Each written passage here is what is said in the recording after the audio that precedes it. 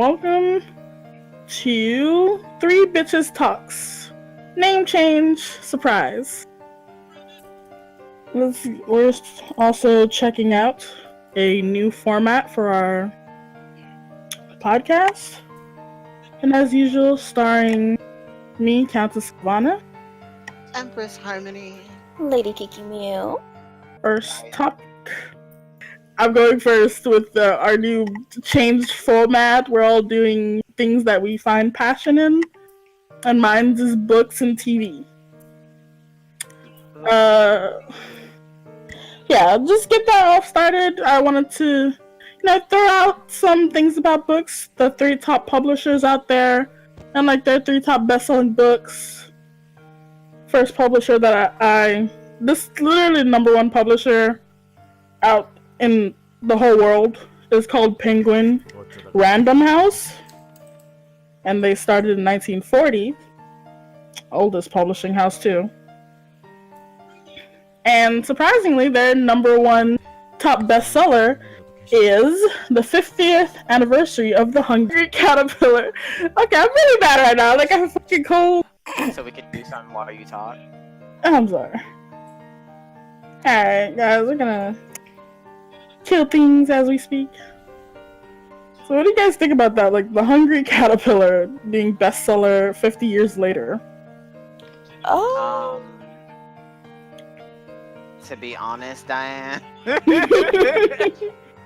I forgot it was still a thing. You don't. But then as soon as you leave, it's okay.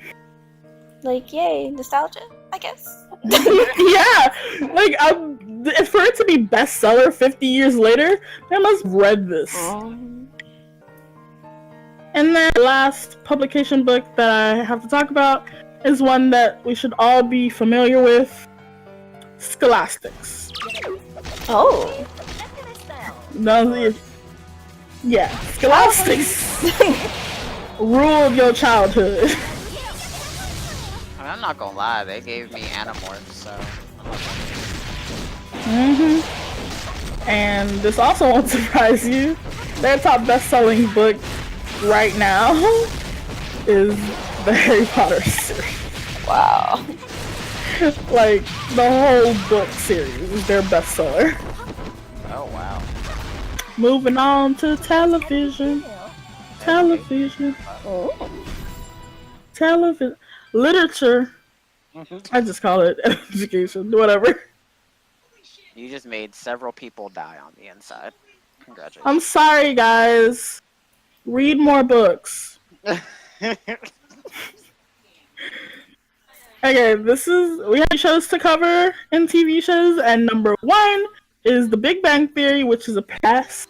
Hell of 3. Harmony is very vocalized about this. I'm sorry, okay, the Big Bang, whatever the hell they are, it was okay for the first couple of seasons, maybe probably the first 5 seasons, but then after that, it's what more do you have to give us? The whole series is supposed to be, I guess it's supposed to celebrate geek culture, but then it shows you how misogynistic geeks can be as well as, the typical jock. So, you're watching the show and you're okay, where's the funny bits? Right now you're just, The whole funny bit is Sheldon. That's and it. even then, you look at the character and you're just okay, so this character, for me, the character is nothing but a condescending asshole who thinks he's the smartest person ever. And he doesn't understand the basic customs of any social norm. Which I guess is supposed to be the ha-ha funny part, but it's just no, it's actually irritating and annoying. It's really funny. Is the person that plays Jim Parsons to leave the Big Bang Theory. Oh. Wow. He turned down $50 million to not leave the show. Wow. Yeah. I'm shook. He could have made 50 mil and just bounced. And he could have been I don't know. I don't know what you want to call it, but the show just, to me, didn't offer much after the first few seasons, and it became flat, but somehow it survived for 12 whole seasons. I got tired of Penny. Like, I was with her, but how you go 12 seasons and never accomplish the one goal you had in the show? She still never did? Mm-mm. Wow. She's still a damn waitress, child. I guess that's supposed to be funny. Haha, you never got to your dream. For 12 years. Like, And then you hoed around for all your life, pretty much. And then you found, I guess, a good guy. And then You you guys married divorced. him? I was so pissed. I'm like, oh, they're finally together, they're married. And then like, oh no, they're getting a divorce. Like, the whole point of everything up until now was supposed to be about them. Right? Like, hello? Stop fucking with our emotions? And then, I mean, like, you know, there's funny racist haha stuff, but then you look at the lesser characters, Raj and Howard, and it's like, okay, the Jewish jokes are supposed to be funny. The Jewish jokes And not funny. They're not funny. Like, the mom is hilarious, I guess. Like, I guess my favorite character would probably be her, just because she doesn't have anything to do with the main cast, really. I like Raj. And then, yeah, on the front of Raj, it's just like, we don't really get to see much of the character, per se, but, you know, we get to make jokes about how socially awkward he is, and, you know, haha, but it's just like, you guys are just missing opportunities to make interesting characters, and you're trying to be funny, but you're not. Yeah. But again, maybe that's just me. 12 seasons of this, I'm over it. I'm done. I'm happy it's finally coming to an end. I never got started, honestly, to be like really honest. Like you said, like after the first couple of seasons, I just kind of forgot it was still around. Our next show, which I don't fucking understand. Goddamn, The Walking Dead is going on a whole 9 seasons right now. Oh. A whole 9 seasons. Why? What's your problem with The Walking Dead? My problem with The Walking Dead is not that it's not a good show. It's just I see no possible future. Like, eventually you're gonna have to end. Because you basically gave up on ever finding a cure just at the beginning. They were like, oh, you know, the CDC was working on a cure, but all the CDCs killed themselves. Because they got infected. And so they self-destructed. Are they already caught up with the comic? Apparently, they're just now getting caught up with the comic. They're bringing Lydia, who's supposed to be Carl's girlfriend in the comic, into the show for season 9. Oh. Yeah, but that's a full-on show? Yeah, and then they also tried to make it a whole 2 series with Fear of the Walking Dead, which got canceled. Oh shit. Yeah, that got canceled real quick. Damn, I was even fucking in. Yeah, you can get into it. It has a clear ending. And then you can go back to watching The Walking Dead, because that's where it was gonna go anyway. Oh god. Wow. And they've made so many Telltale games, too. Yep. I'm not gonna lie, their Telltale games are good. I can't deny that their Telltale games are good. Like, they did put work and effort into that, and it's like good games. I saw Kiki play The Walking Dead Telltale, and I was like, oh wow, this is like in depth. Like, it's not, you know, you expect for them to use the main characters enough, but it's just like different people. Also, like the fact that the main person is a black little girl. Yeah, it's a black little girl who grew up, by the way, in a new one. Oh. And she all grown now. Yeah, she old as fuck. And she like, it's time for me to make my own decisions. And you know, going on to something that I cry about, Game of Thrones. They're coming to their last season. I didn't expect to end. Yeah. Sadly, they books and the authors anymore, and they can't, like, they don't have any creative liberties Oh. to Yeah. like just continue by themselves, so they can't like write what they think should happen and shit. And then who knows when they'll ever do another Game of Thrones, because the author, he takes so long for his books. Yeah, he takes a long time for his books to come. His publisher's not doing a good job, but it takes so long. Well, damn. I think the first Game of Thrones book was like in 1999, something around there. Mm-hmm. And then what? Book 3, 2005.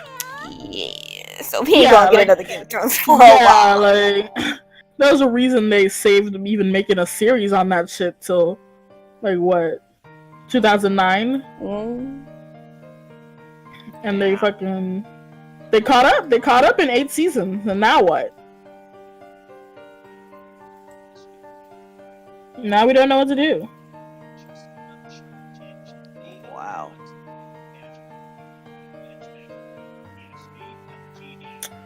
It's sad. I really like the Game of Thrones. It was a show that I have been avoiding, honestly. When it was 11, and like I didn't watch the thing for a whole 5 years because I watched the first episode, and that first episode was so dank. Like, yo, if you go in there thinking it's gonna be a regular old show, they're gonna ease you into shit, you mistaken. They take you and they throw you into the freaking book. Messed up, man. That's fucked up. They did Hodor wrong. They did everybody in that damn show wrong. That's true. One of the characters that I don't know, I don't really like her because I feel like she's easily manipulated a little bit. Is Cesar? Oh, Sansa. Yeah, Sansa. Fuck her. Sansa's one of those characters. She was very naive, like in the beginning, but because bad things happened to her, now she's finally starting to realize she can't trust anyone. Like, I understand that, but at the same time, it's just like, yo. Yeah, she was very delusional. Ain't gonna lie about that. But, you know, no one deserves to be raped. Oh, okay, yeah, sure. I'm gonna go ahead. I already recommended books for you guys, and also I do recommend, if you haven't watched the Game of Thrones, what are you doing? Watch the Game of Thrones. It's really good. It's just such a good show. Like, has everything in it for you. Yeah, everything. And if you don't like happy endings, don't worry. There ain't none. Alright, and I'm going to go ahead and pass it on to our lovely neighborhood cat, Lady Kiki, and her segments. Oh, thank you. Well, for today, Twitter beefs with her album Queen with Kylie Jenner and Travis Scott. Oh Lord.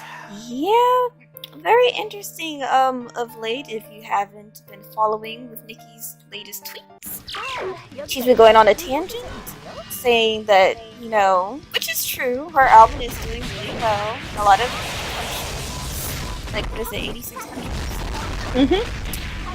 But didn't make #1 album sales, apparently, in America. But Travis... Yeah, she's number 2. Yeah, she's number 2, which is not a bad spot. However, Travis Scott came out of nowhere with his album sales, but with the help of Kylie, promoting his tour, Astroworld. And Nicki felt some way about it. Yeah. Mind you, I didn't know who Travis Scott was until I started listening to SZA, who had him on, I forgot what song it was. The one And with, oh. the cheating one? Yeah. Yeah. And I was like, oh, that's interesting. Okay. Honestly, that's the only Travis Scott song I've actually listened I to. personally never listened to his music like that. I've never listened to his music. I still haven't. Like, the only time I listened to on the SZA song. Yeah, and then where else did I hear about him? I heard about him somewhere else before I heard that he got in with Kylie, and I was like, wow, okay. And she moving up. Like, he seems like a really cool, compared to a lot of the other rappers in the game, he seems like a really cool guy. Yeah, personality-wise, he doesn't seem like a bad dude. Like, just so happens to be Makai. Yeah, like, I don't... Like, And, you know, I'm happy that a Kardashian is not ruining a black band for once. Yeah, We talked about this before, but... The Kardashian curse, dun dun dun. Yeah. like, yeah, I mean, it is really nice to see that she's not ruining his career like the other. Yeah, it seems like it's actually helping his Mhm. career. But at the same time, like, I don't think it's fair. Like, if you're gonna support your spouse, you're gonna support your spouse. Like, I don't know what to say about it. Yeah, that's why I was confused with Nikki. It's like, okay, I understand her point of view that yes, Blood, Sweat, and Tears went to her album, but like, I'm pretty sure if you had a significant other that was backing you, you wouldn't be saying these things. Yeah, you know, at the end of the day, though, sadly, Nikki is lonely. Like, she had Safari, but apparently That was terrible. Then she had freaking Mill. We all know what the fuck happened there. And then she had Nas for a little bit. But I don't know what the fuck happened with their relationship. I'm assuming they ended off as friends. Yeah, that was so short-lived. Mm-hmm. I mean, she just recently kind of had some more backlash at the VMAs when she said she was Harriet Tubman. that got me fired last night. Yeah, I'm like, what you doing? I thought she was just comparing herself to Harriet Tubman, you know, as a strong black woman, since she was just calling her a queen, but I didn't know she was like comparing her album to slavery. At that point, I was like, girl. Yeah. Like her Blood, Sweat, and Tears is equivalent to you helping slaves. Yeah, like that's a bit much. Like you reaching. Reaching hella hard. Next would be politics and the Omarosa scandal of Trump and her new book Unhinged. I'm gonna throw this out here. Like, I won't be surprised. The government has ways, y'all. Especially since Trump don't give a fuck. Yeah, like I'm wondering how far, like, with all the accusations that she's making in this book will go. But some of it is kind of like, oh, Trump was doing this. Yeah, like, damn, it's some daunting shit. And I'm just sitting there like, how did you let all of this out while she was there? Like, what were you doing? Yeah. Like, I must admit, some of it was kind of smart what she did. Like, she recorded everything while in the White House. Smart. She was like, black people can't get nowhere. Watch. And she did know that, of course, people weren't going to believe her if she didn't have anything to back it up. But those tapes, though. They would think she's just another Trump hater, basically. Especially since they quote unquote let her go. Yeah. Have all these recordings. Like, you guys are less safe than fucking Hillary's personal server, apparently. For real. That's very true. The fact that they didn't even, like, check her. Before she went out, like, y'all didn't see her recording this shit? Y'all don't got cameras? Like, your reputation in the African American community is kind of, on the low low. On the low low, can't even get no more low. Can't get any lower than where you are. Like, damn. Yeah. You know it's bad when black people are like, I know she black, but yeah. Like, there's some that are like, I don't like Omarosa, but I really want to read this book. Oh my god. Just to see all the tea. You'll be like, yeah, I want to see that tea. Give me that tea. Like, I must admit, Omarosa is very calculating, though. Like, have you seen her interviews? I have. Like, she holds shit back and then sells you some shit. She's very coy. But I can understand why she would be in the Trump administration. You know, just saying. Every shady person. Mm-hmm. Whoever done shaded. Birds of a feather flock together. Mm-hmm. Just That's why as she was got on The spurned. Apprentice 3 times. Oh, I know. Even then, she got fired. Oh, that was a sign. Yeah, for real. Like, this same guy firing you on his show. You didn't think this was going to happen eventually. It was like so stupid. Can we get people that know what they're doing, please? No, I'm sorry, yeah. Oh my god. I missed the time when people didn't care about elections because we knew that the people that were gonna get elected actually knew what the fuck they were doing. Yeah, now it's like I'm gonna check my ballot sheet more often. Like, for real. Like, even Bush, like, I have to give it to Bush. At least, you know, during his presidency, I wasn't in constant fear for everyone's safety. Yeah! We were in constant fear of his safety, but we were fine. Just like, damn. You know, it was his presidency was where you don't have to constantly, you know, hear about scandals and news reports. You kind of just went about your life doing whatever. The only thing that happened, everything was okay. Yeah, the only thing we heard about was, you know, when he got a shoe thrown at him.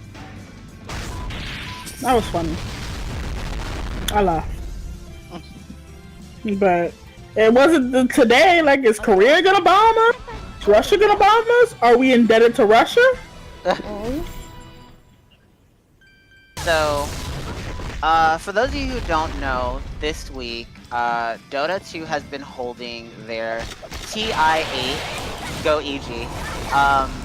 And during that time, they've shown a lot of really cool segments. And one segment in particular came up the other day. In Sao Paulo, Brazil, there are, I should say, female Dota 2 player tournament. And there's been a lot of memes about, you know, how, there's been a lot of debate, I should say, on whether or not, you know, women should join esports competitions or have their own separate brackets and yada yada yada. So, you know, it got me thinking about, you know, what side of the fence I'm on, because a lot of people will say, you know, females shouldn't have their own tournament, it just creates a bigger divide. Then you have people that are like, oh no, you know, having their own tournaments lets them, you know, compete in an environment where they don't have to deal with harassment. And for a long time, I used to be on the side of like, why do we have to have our own separate tournaments? Are we not good enough to participate in the male tournaments? You know, it's not like we're out there trying to do football or some shit where men are just ruthlessly gonna tackle you because, oh, it's a girl, and if I, you know, make her feel bad, she's not gonna play anymore, and, you know, all that extra shit. But surprisingly, they don't do. Shockingly. I know. So, you know, I went in and I watched the video, and the emotions you could feel, you know, it almost made me tear up. Because, you know, they want to groom women to be able to participate in the same events that men do. You know, they're hoping that, you know, by constantly doing this tournament, that one of these girls will rise to the top, to the occasion, and be able to play among the professional male circuit. There's over, a lot of the girls have there's over 500 of them competing. Oh my god. Part of their the Facebook group. And you know, they say it's like, it's about having, like, when you watch the video, they're having fun, they're laughing, you know, there's men in the audience who bring there was one guy who actually brought his daughter to the finals to show that, hey, esports is just like any other regular sports and you can play it too. And it was the most adorable thing ever. That sounds so cute. So I wanted to ask you guys, what's your take on female tournaments? You know, like I said, some think it furthers the divide between men and women in esports, which it's already a crazy kind of field. And then, you have others that are like, oh no, it uplifts these girls and helps them feel comfortable in the competitive environment. And I'm on the side of, I'm still in between. I'm still undecided myself on how I feel about it. I'm kind of, after hearing everything, like, it's like really sweet and all, but I'm kind of against it. Because I don't believe them having female tournaments is going to make them comfortable in the male tournament environment. Like, the only way you're going to get comfortable with that is if you participate. Because, again, I do understand why this is an issue, because men are different and women are, different. Irrevocably different. So you have to find a way to get those two together so they can work out their differences, and then we can move forward and have mixed tournaments instead of this, girls are doing it too. Yay, that's great. Female empowerment, but it's not enough to get you ready for what the guys are doing. Because it's different. Well, that's my take on it. That's true. Like, I hate to say it for any girl gamer, it's everyone's dream to be on the same level as the guys when it comes down to tournaments. But we're not, we just have to accept that fact. We just have to get better while playing against them, because if we don't play against them, how will we know what we're supposed to be getting good at? Yeah, and Lord knows if you are a girl that's going to be in a male tournament, all eyes are on you. Yeah.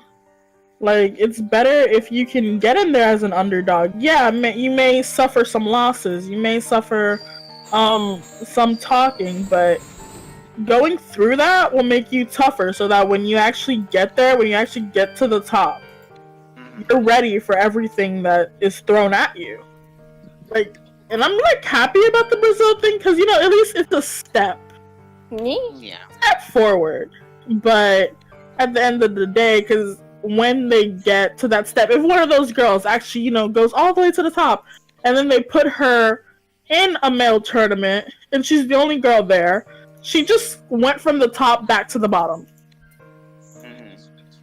And I think that's gonna, make people feel a certain type of way. If you went from, oh, rah, Tiffany can do it, Tiffany's number one, to, okay, Tiffany, you sit here. This is your computer. It's